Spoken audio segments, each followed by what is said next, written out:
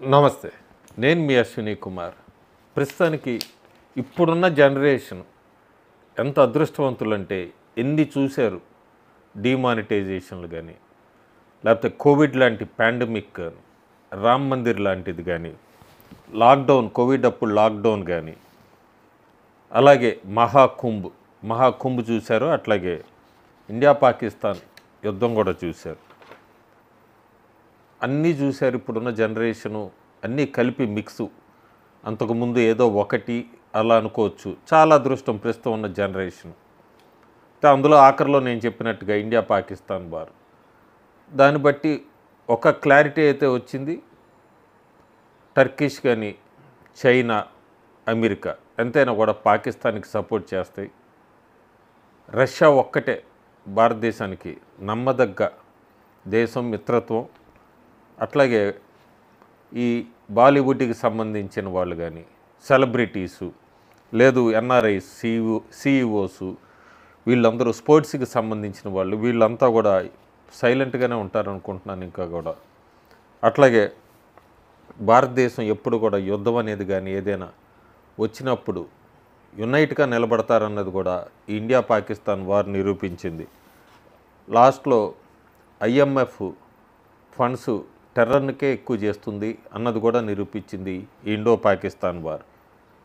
1971లో యుద్ధం జరిగాక బంగ్లాదేశ్, ప్రస్తుతం మళ్ళీ ఇండియా పాకిస్తాన్ యుద్ధం. ఇప్పుడు కొత్తగా వినబడుతున్నది రిపబ్లిక్ ఆఫ్ బెలూచిస్తాన్.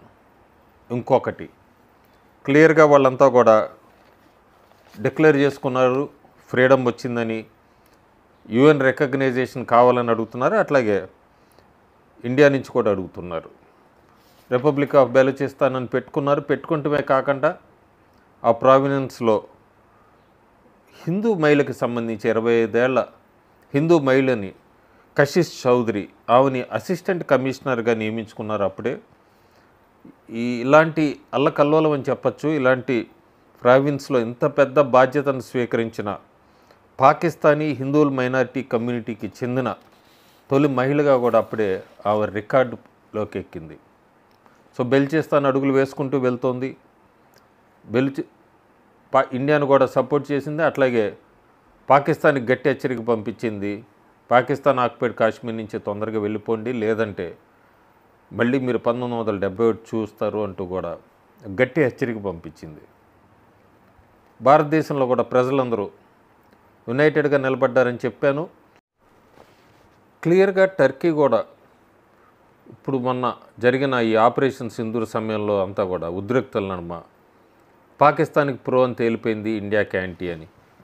అజర్బైజాన్కి, టర్కీకి కూడా గట్టి దెబ్బ చూపిస్తున్నారు. గతంలో మాల్దీవ్స్కి జరిగింది, గట్టి దెబ్బ చూపిస్తున్నారు భారతీయులంతా కూడా.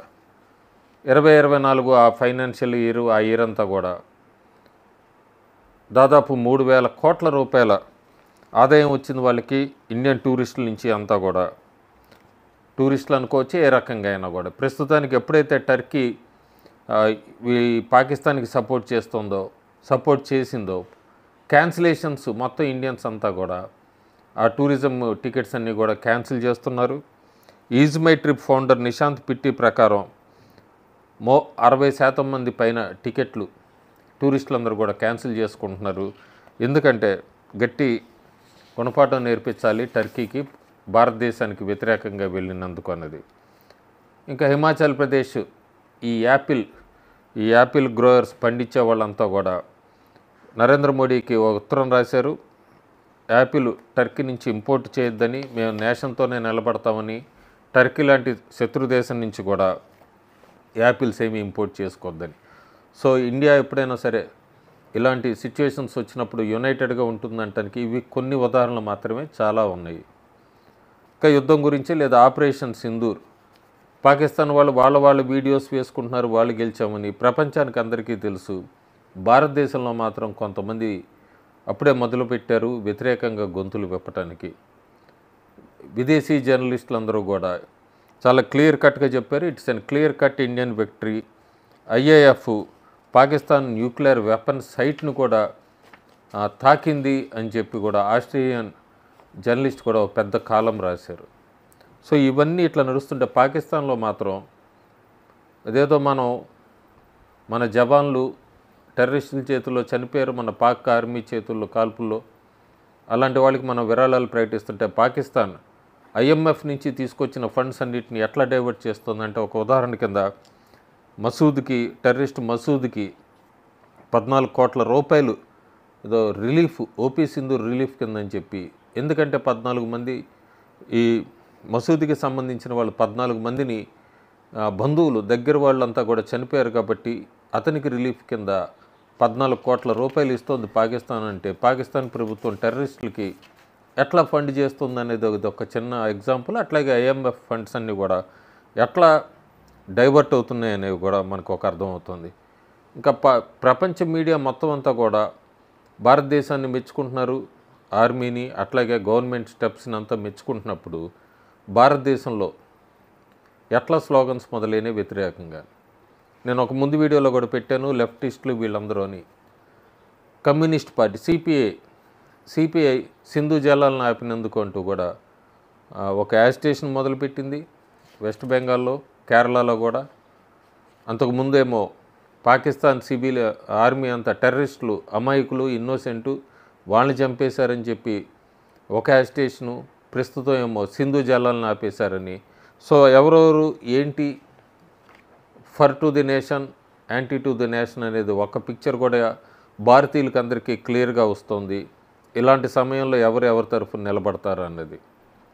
కొంతమంది జర్నలిస్టులు, ఎనలిస్టులు, పేరు తీయాలంటే కూడా రావీష్ కుమార్ లాంటి వాళ్ళు, యోగేంద్ర యాదవ్ లాంటి వాళ్ళు, వీళ్ళందరూ కూడా అసలు BSF జవాన్ ఏమైపోయాడు, పాకిస్తాన్ చేతిలో చిక్కాడు, బందీగా చిక్కాడు, దాని గురించి ఎవరూ మాట్లాడలేదేంటి, సరే ఆపరేషన్ సింధూర్ పక్క పెట్టండి, ఏప్రిల్ 23 నాడు ఈ BSF జవాన్ పాకిస్తాన్ చేతిలో బందీగా ఉన్నాడు అంటూ చాలా బాధపడుతున్నట్టుగా మాట్లాడారు.